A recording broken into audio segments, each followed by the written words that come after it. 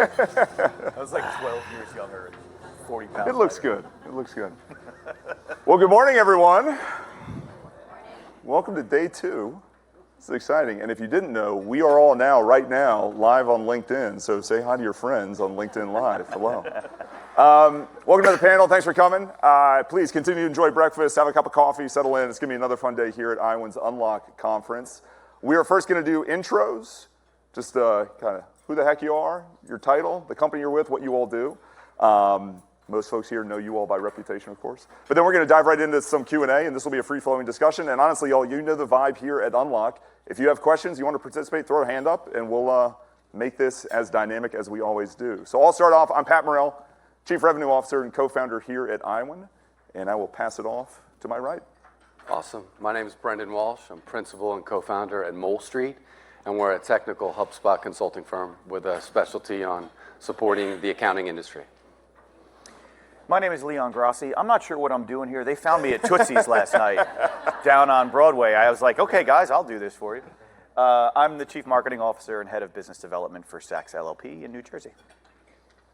Hey guys, my name is Nicholas Holland. I'm a VP in the product org at HubSpot and also the GM of one of our largest product lines, Marketing Hub. Happy to be here. Fantastic. Well, thanks, guys.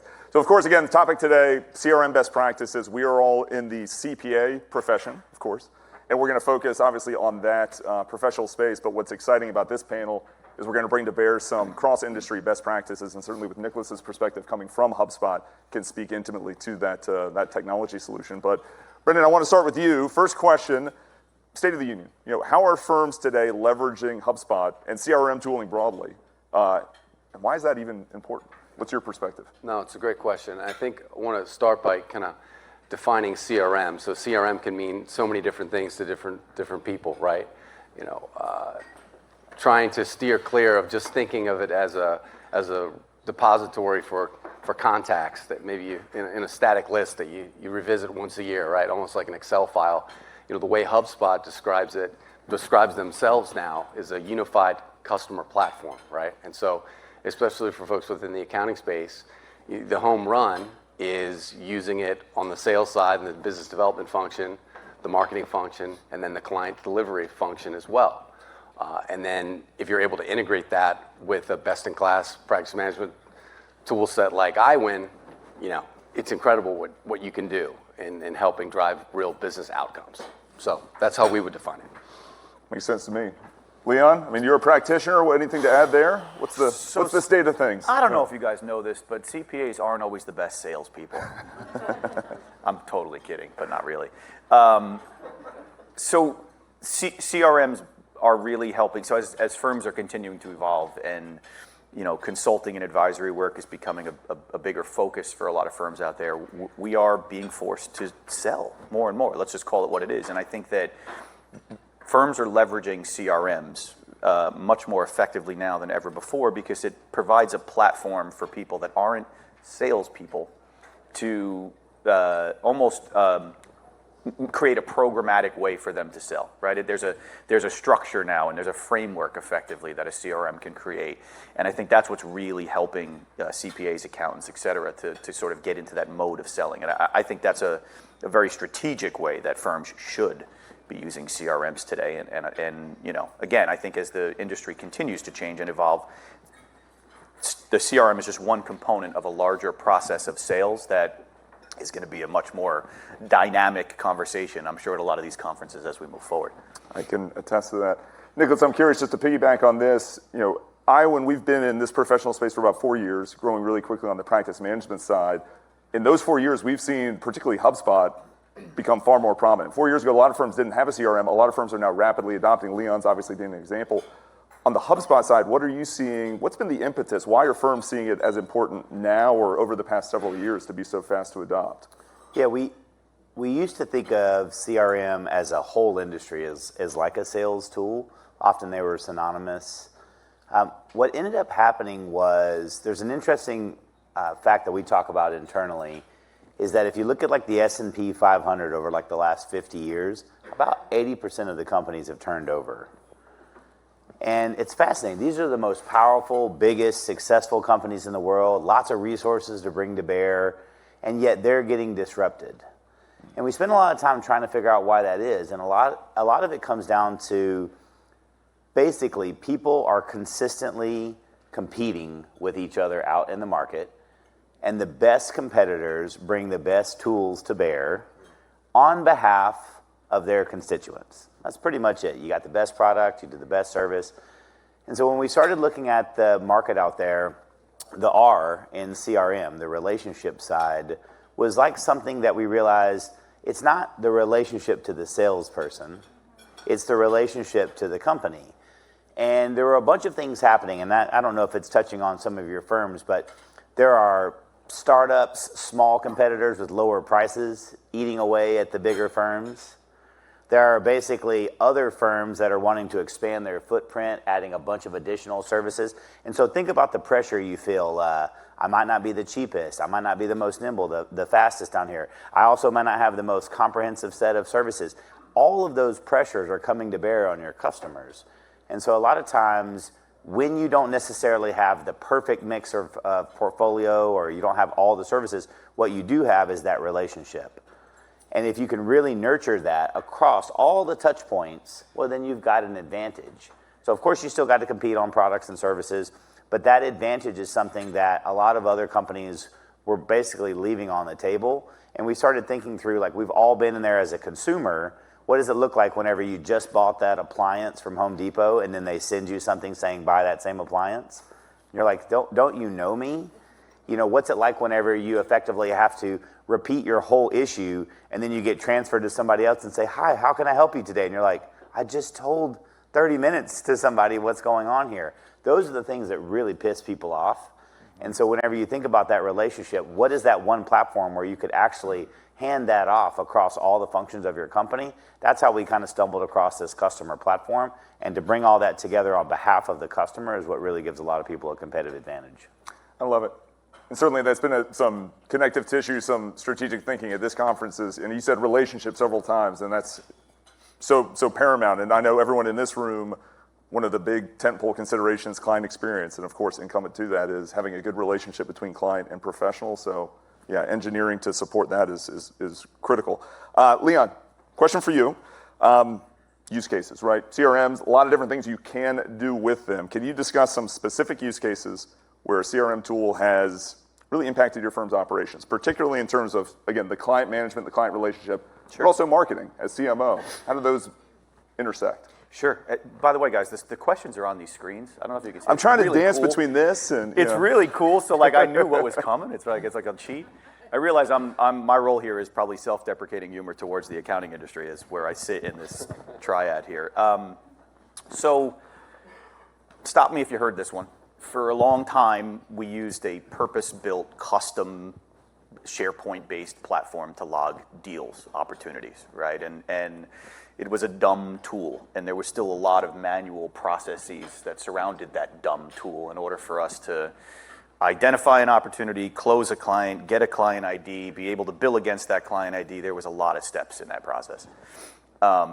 What a CRM does in the large-scale use case, and I'll be more specific for a second, is really eliminate a lot of those unnecessary steps from the equation, but also give us a platform that has a level of intelligence that the dumb pipeline tool that a lot of us have used in the past just never really had. And if I can plug HubSpot for a second, and I've been a loyal HubSpot disciple since the start.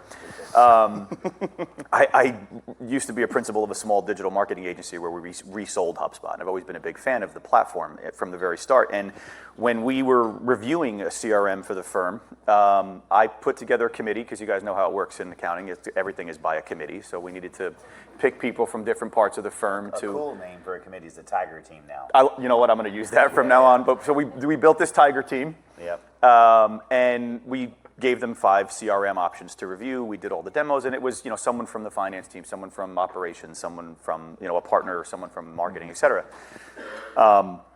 Deep down, if I'm being honest, I stacked the deck a little bit in favor of HubSpot. But the reality is at the end of that assessment, the team said, HubSpot's the one we want. And I knew it was going to be. And the reason was, it's very simple. I joke about this all the time, by the way, and I'm sorry to joke about it as a marketer and sales guy.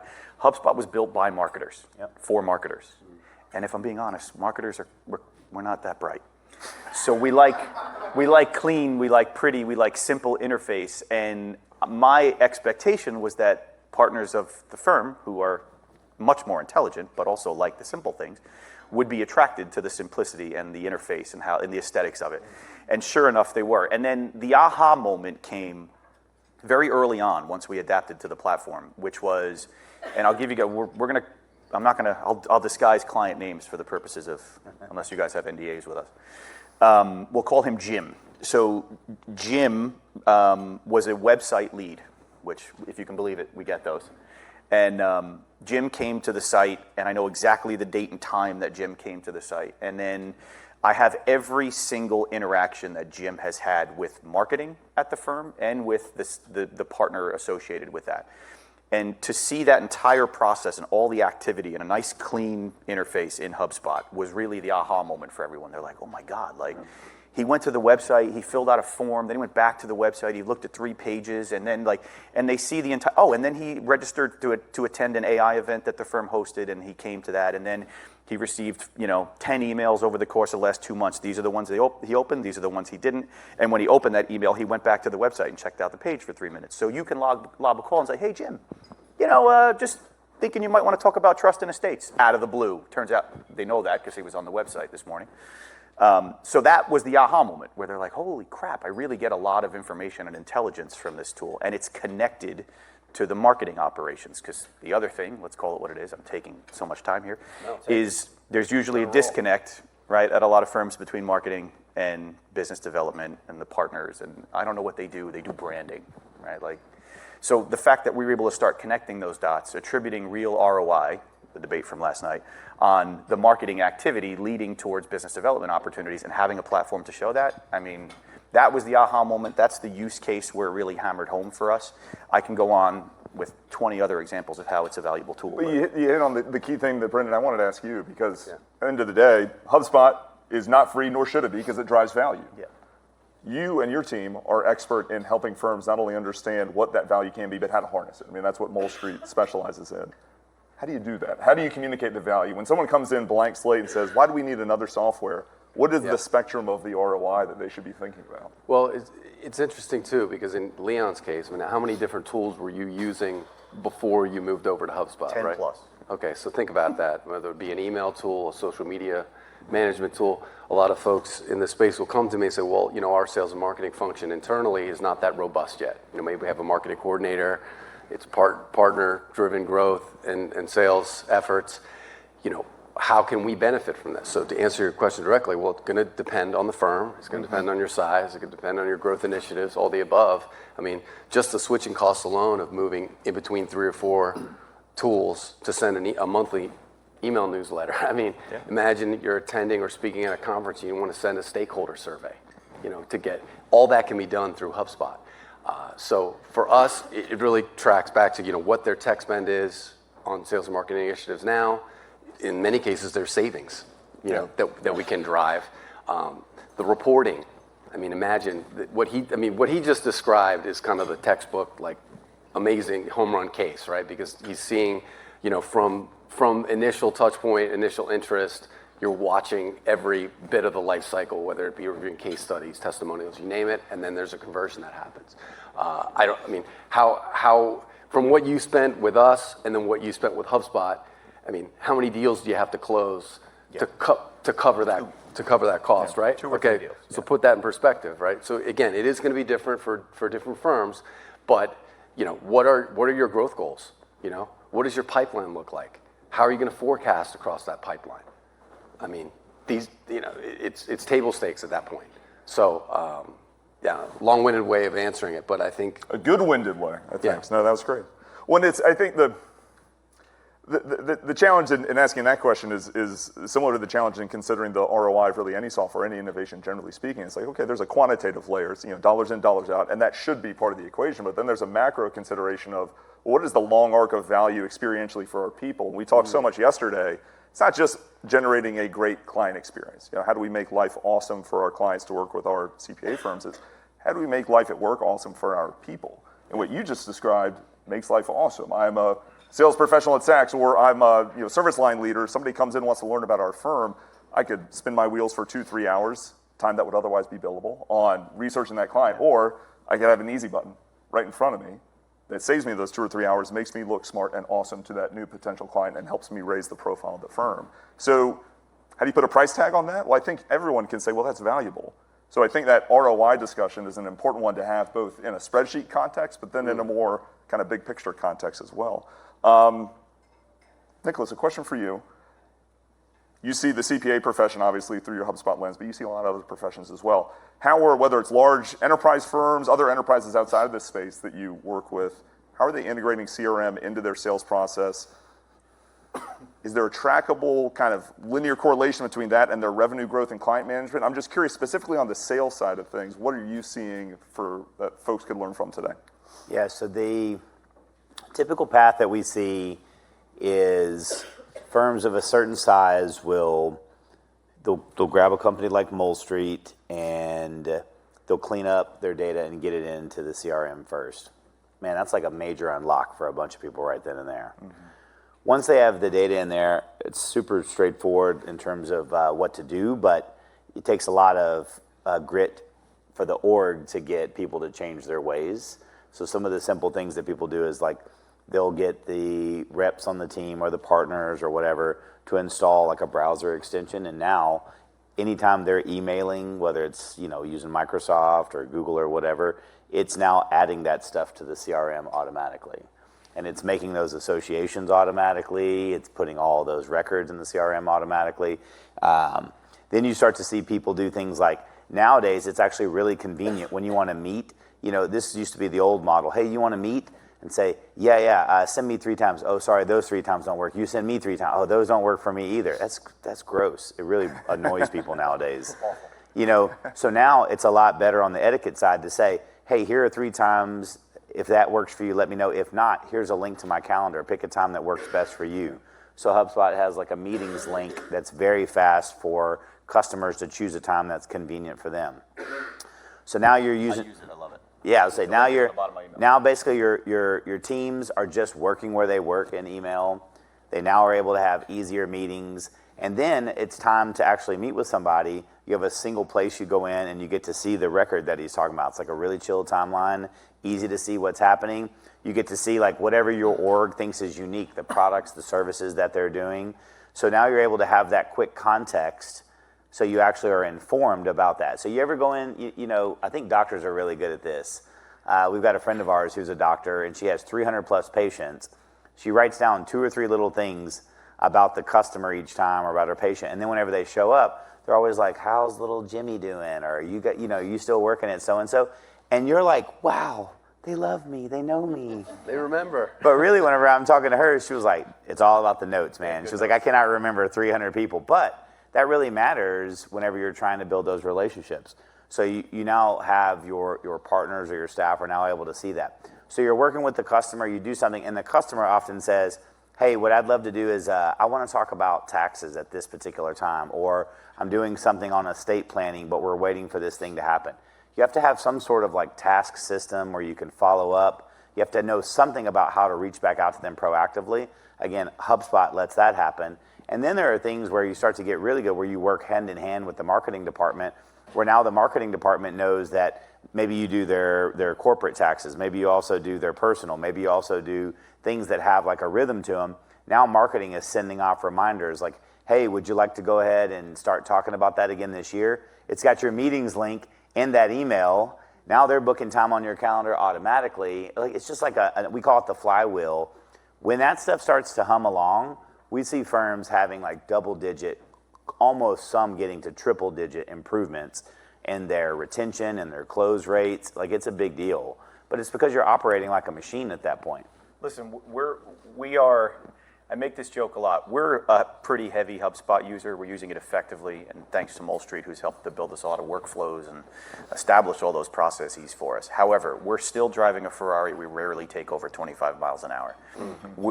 This thing is ridiculous, if I'm being honest, right? So if you really want to get complex, and this is where we start, or we're trying to act like a really big organization, not just a big firm, but a really big organization where, there's forms all over our website, and each form should have a different by the way, you taught me Tiger Team. I like Automagic. Okay, I love Each it. form has a different Automagic workflow. If somebody fills out a form on the audit, on the audit page, then they receive different communication than somebody who fills out a form on the tax page, than somebody who fills out a form on the consulting page. And then there are Automagic reminders that happen over periods of time, to your point, that are based specifically on which subject area that they're focused on at the firm, which practice area. These guys helped us set that up. All of those things, right, eliminate the need for the partner to remember that stuff. All right, so while it's lovely, and I do the same thing, I suggest that hey, put your client birthdays in your notes in HubSpot. This way, when you're on a call, you can remember, and have the tool send you a reminder every year on their birthday, so you can wish them a happy birthday. But beyond that, it's like, well, we're going to respond on behalf of prospects and clients for you with an educated and targeted response based on the practice area and what they're interested in, so you don't have to worry about that. Just focus on client service. We'll handle all that element, and then really all you need to do is swoop in last minute and look like a champion. Right, that's big company mentality, and that's what the tool is going to do for us. Is doing already, but is going to do as we get even more advanced with it. That Ferrari is going to be peeling out at 65, 75 miles an hour quick. And that's all on the client management side. I don't know, some firms now, especially to hit growth targets, you got to start reaching out. So different people we see where you've got to go to events like this. You got to shake hands, you got to grab some cards, you got to basically say, yeah, let's follow up next week. You need a place to go put that in there. And so now you get to the point where how do you track, like, a lot of partners probably don't want to talk like this, but like, how do you track prospects? How do you track a pipeline? When you really start to move your team into like what a high efficiency sales team does, you're able to sit down and you'll say, and then this is where, again, you come up with those Tiger teams, but like, hey, every partner, we're looking for you to pick up one client basically a month. To do that, you need to probably go have 10 different people that you're talking to. People don't like these muscles when they first get started, but that's definitely the difference between somebody who's going to be here in 50 years and someone who's not. Whether it's your team or you sold it to somebody else, that's the difference right there. And so when you've got your prospecting and that's all working, when you've got your client relationships, that's all working, when you're working with marketing so that they're doing a lot of the heavy lifting, I mean, that's like the difference between somebody who's getting disrupted and somebody who's disrupting others. Absolutely. So I'm hearing from our general counsel who's advising me. IWIN advises all motorists to drive within the speed limits, whether you have a Ferrari or it's just party line. My favorite saying is drive fast, take chances. That's how we Again, our general counsel is in my ear saying IWIN advises all. Marketer legal. No lawyers in the room, are there? Especially when you think about how decentralized the business development function is within accounting at large. Just tracking activity metrics, I think it also can be a culture shift within the organization that lets everyone realize, like, hey, you too have a role to play in business development activities, right? Whether it's taking somebody to lunch or attending a talk or sharing a piece of content, right, that's relevant for a particular client use case. Like, these are the types of things that can really get stuck in people's minds and say, ooh, wait a second, I can add value. It's exciting as well. when you can see the building blocks of the contributions you can make. And actually, let's frame it this way. Raise your hand if you have a client at your firm where they were being served by one service group and the other group at the firm had no idea. They're doing something in tax and advisory could be helping. Yeah, that's Mo Sandstein. Yeah. You're in good company. Yeah. So we break those walls down. Bingo. Yes, absolutely. It's an always on, cross section of data that can be referenced within your firm. Now, the operative kind of consideration there is data. And I think it's not lost on this group that there are new awesome systems like HubSpot, and there are some older systems within our firms, 10, 20, 30 years old, a lot of data, but how do you make kind of that new thing play nice with that old thing? And that's one of the challenges. Now, of course, that's one thing IWIN is helping with, is bridging, you update an email record there in HubSpot, it automatically updates in your practice management system. But let's not lose sight of the fact that, auto magic is only effective and accurate when the data themselves are accurate as well. So that's certainly a consideration we all need to keep in mind. You bring up a scary point there, which is, we say garbage in, garbage out always, but the reality is we're not, it still boggles my mind, and I'm not an industry insider here, right? I came from a different space before coming into the accounting industry. And it still boggles my mind. Sometimes we're wonderful business advisors on behalf of our clients, but we're pretty crappy business people when it comes to managing our own processes, and the data is where our data is still a mess. Even after Mole Street came in and helped us to clean it up, there's still a lot of holes that we really need to try to figure out to clean up. But the caveat to all of that, I think, is that, and this is sort of a caution for everyone, is that technology is such a tremendous and driving force in this industry as well as every other. But at the end of the day, as fancy and as expensive and as cool as technology is, it still relies on good data. That's the input.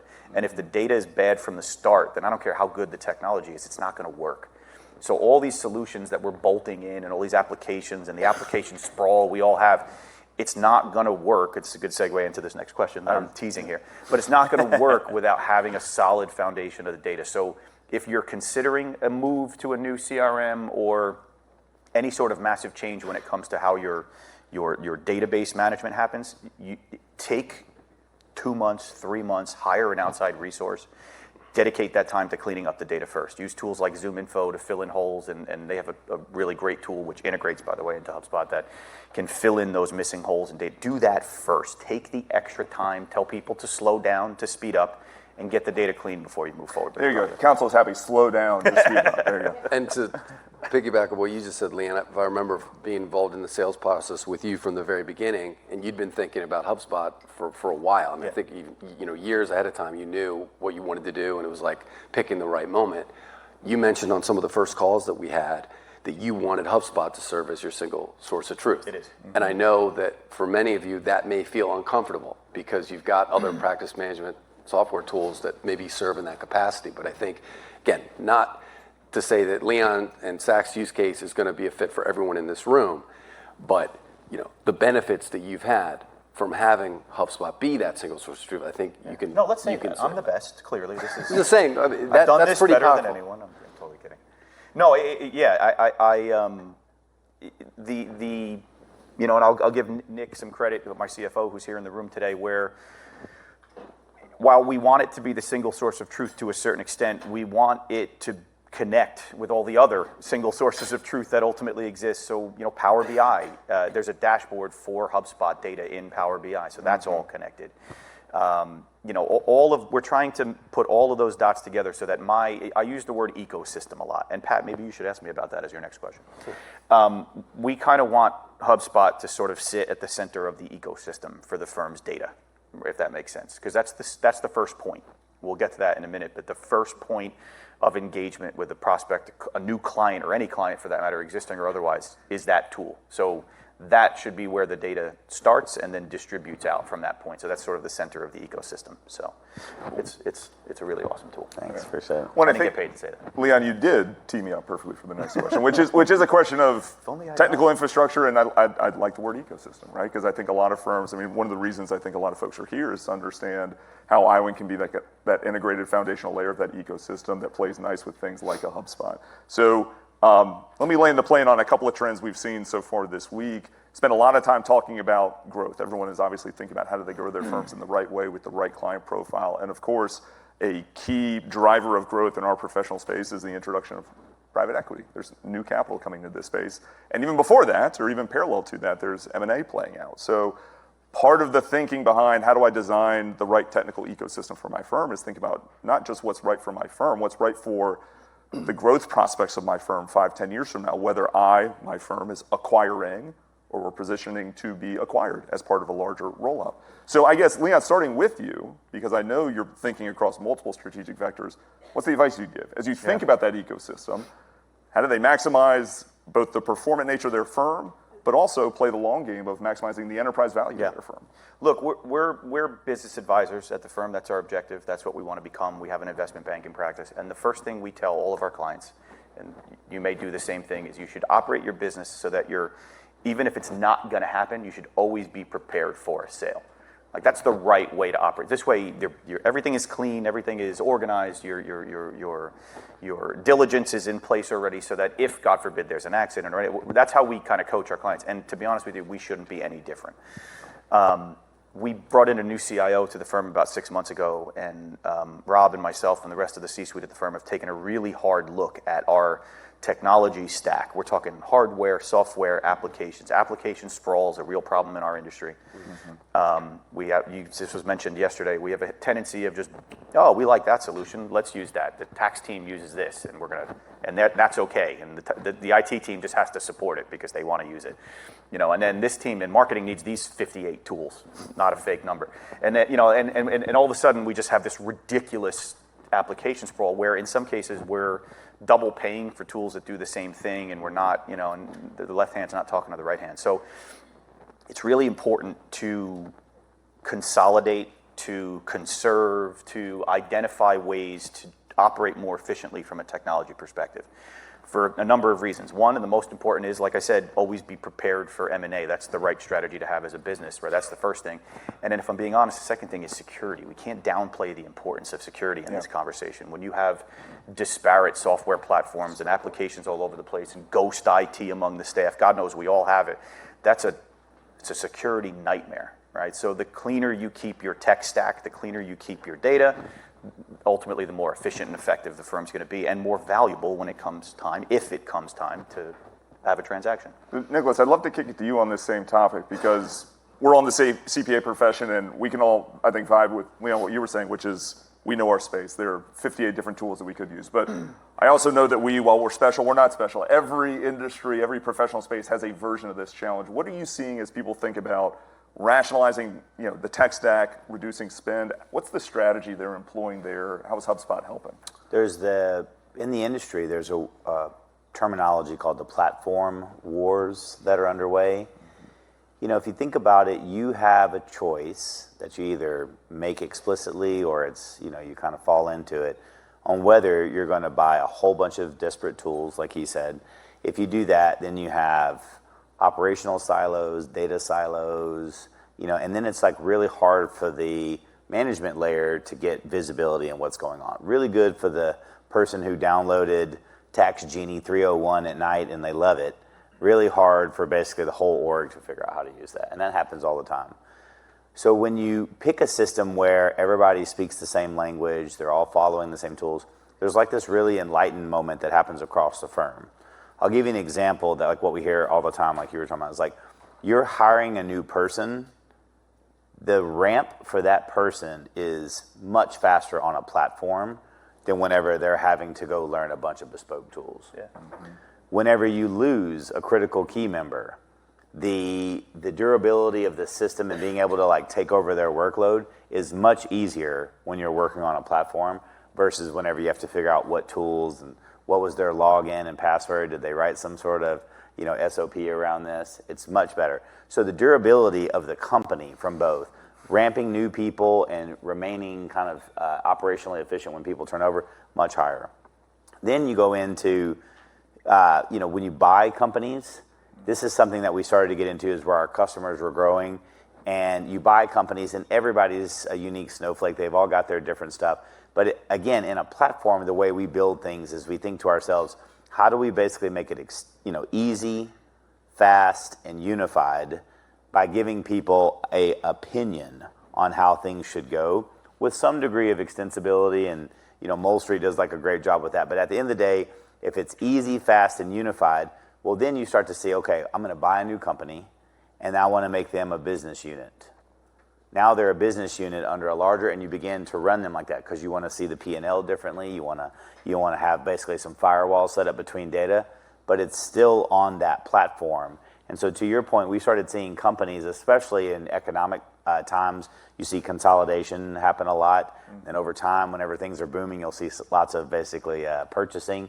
So that whole concept has really turned into where we see very large companies now that will have 75, 100 different practices, or we just had one yesterday, like they own 100 different golf courses. Those are all different entities, but it's all on this platform. And then that gives the management team visibility into everything. It really makes it fast to move people around. It really makes it fast to basically level up as a team. And then when the platform comes out with some new capabilities, like right now, AI is a big thing. Now the entire org levels up their AI readiness versus a bunch of like hit or miss, who's got ChatGPT, who's using some other weird tool. that's how it kind of works out. So that's Fantastic. what Makes it's Can I nice. interject real quick? Please. I just feel like it's important to make this statement as the industry guy, and again, in this trifecta. And maybe I could leverage Solon yesterday from his presentation about driving innovation and change. How many people in the room are accountants, just out of curiosity? How many of you believe change is easy in the accounting industry? For the record, 0 hands went up. For our friends at LinkedIn. For our friends on LinkedIn. And I say that for a very specific reason, because we're talking about a lot of this stuff, and we make it sound like it's beautiful and easy, and you're probably sitting there going, yeah, but how do I convince partner Bill, who's been at the firm for 30 years, to automatically overnight adapt and not use that application that he uses himself, and to use the CRM tool? And I wish there was an easy answer that I can give you, but the reality is you just have to take a really, really hard stance. It's got to start at the top. We're lucky that we have a managing partner at the firm who isn't afraid to say to people, that's just how it's going to be Someone now. has to have a vision. That's just how it's going to be. You can't use this anymore because it's a risk to the firm. It's not something we can manage at the IT level, and that's just it. And you can complain as much as you want, but that's going to be. You have to have and/or convince the leader of your organization to take that stance and back you up. None of this is easy. I made this joke 3 times yesterday to different people in the room, so if you've heard it, I apologize in advance. But I used to joke that change is possible in the accounting industry, but it's like trying to move a battleship with dental floss. Like, it's possible. It just takes a really, really long time. I think that we don't really have a choice anymore, right? The competitive pressures that we're seeing, the private equity pressure that we're seeing means that if we don't start doing this type of stuff that we're talking about here, we're going to get left in the dirt here, right? These changes have to happen. They have to happen quickly. And I think that there is something to be said about, I like the way you approach that, which is basing it on a platform. Having the firm operate on a platform, right, is something that big organizations do and accounting firms have to start paying attention to. Yeah. So that's my And interjection. time out, I would say, I think something you just said is clear. Platforms used to be the domain of large companies. You would buy your IBM system, your Eloqua system, even your Salesforce systems. That's no longer. SMBs are having to look at platforms as well now. And so when I talk about the platform wars, it's basically the platforms are basically trying to cater to different customer bases, but then there's a very interesting decision between bespoke solutions and a platform, and you're at the center of all of it. And the reality is, with the right partners, somebody like a Brendan and his team at Wall Street, and plug for Iwan, because I'm obviously biased to Iwan, with an underlying kind of data integration mechanism like Iwan that also supports some very specific CPA universe solutions, I think you can have an ecosystem that's practically kind of applicable, and buy-inable by the people you got to sell it to, and make it easier for yourselves as leaders and your peers and your bosses and managers who are leaders to kind of take that necessary kind of hard leadership line to drive the change that's needed. We are closing in on our forum this morning. I think we have time for maybe one question from the audience, if anybody wants to venture. Nick.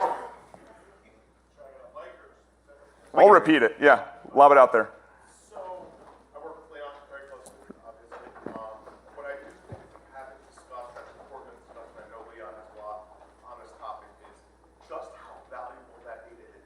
Yeah. Yeah. To have streamline data and to have CRM information and platform data that you can then use to plug into capacity plan, Yeah. pipeline visibility, PE valuations, all of these different topics.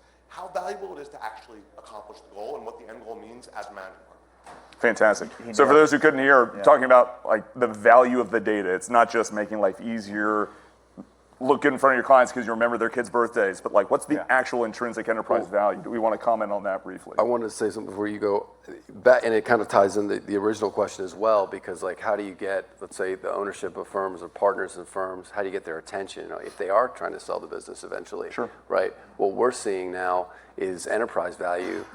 One of the key metrics there is what is that pipeline look like over the next 18 months to 2 years? What is that sales forecast? Retention, conversion data, the lead to close ratio. I mean, these are all types of things that now matter more than ever. So if you're looking from a business case perspective, right, like that's something that can drive ROI. Yeah. Nick, that's a great prompt. How many of you guys have a really easy time forecasting sales at your firms? Right? When I started at Saks almost 3 years ago, I probably had Joe may strike me down if he's watching on LinkedIn, but I had probably a 30 or 40% confidence in the accuracy of the forecast, the sales forecast data, right? There was only 3 categories. It was like, okay, it's open data and it's been open for 3 years. God knows if that business is going to close. And then there's, some stuff that was sort of at the goal line and no variable whatsoever. To Nick's point, right, one of the biggest values that we've seen in centralizing that data and plugging all the correct tools in place is that my confidence level's gone from 30, 40% probably to 85, 90% on the forecast sales data that we have. So now the leadership team can make much better informed decisions about acquisitions, about hiring strategies, about all of the variables that historically have been relatively vague because we kind of gambled a little bit without having a real access to that information. So the tool, the integrations that you've created, the workflows that you've helped us, the capabilities of the platform all put us in a place now where we have a higher degree of confidence with regards to the data that we put in front of the executive board and ultimately in front of the people that are making the deals on behalf of the firm. Well, and that's the real value of the accuracy of the data. I mean, evidenced by this. We have a revenue leader going on record saying he's got a 95% forecast accuracy. And hey, Joe, good to see you, because I'm sure he's watching. My attorneys are calling. Congratulations. For the record, I'm not going to do this. That was my CEO, everyone. Thank you. I am not giving a 95% accuracy. Can I I know we have like 5 minutes left, Yeah. but can I actually I don't know if this was a press, but you guys have the papers on your desk of how, I want to plug iWin and Mole Street for a second and HubSpot and just give you like a 2-minute summary of how the process works for us, because that's what we're here for. Is that okay? Thanks, yeah, please. So again, there's these really cool little data sheets they left on your table about how our process works. So the first thing that we did at the firm when we adopted HubSpot was to try to figure out the right way to create a process to close business, new business at the firm, right? Because again, that's where it all starts. It all starts from that process, and that's where the data usually breaks down and things go wrong. Because if it's bad off the first point, it's only going to get worse as it goes. So what the iWin team came forward with, and what these guys helped us to ultimately accomplish from Mole Street is that. And this, by the way, is a strategy on how to convince your partners to use the CRM tool, is they don't have a choice. The only way to get a client ID and ultimately to bill against that client ID is to enter the deal in HubSpot. They can't circumvent that process, right? They can't call the finance team and say, hey, can you set? No, like you have to do it, which is the first step. So they have to enter that deal into HubSpot. They have to enter the required fields and data. And then what happens is, this is where iWin's platform comes into play. Where's Grady? Is Grady in the room? Who helped us make this possible? I want to shout him out. Grady's the engineer that you guys have on your team. So essentially, iWin takes the data from there and writes that data to practice management, right, CCH, which God knows how I feel about that tool.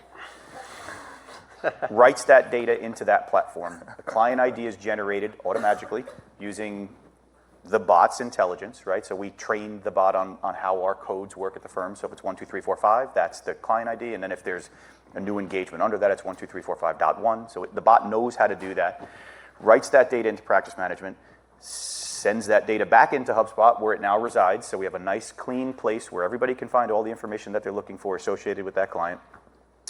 Sends an email to all the parties involved, they can go out and now bill. So Nick's finance team that used to spend hours a week manually entering deals into practice management and hunting down missing data, because the partner would say, I need just this client, and just send it over with no contact information, no email, no phone.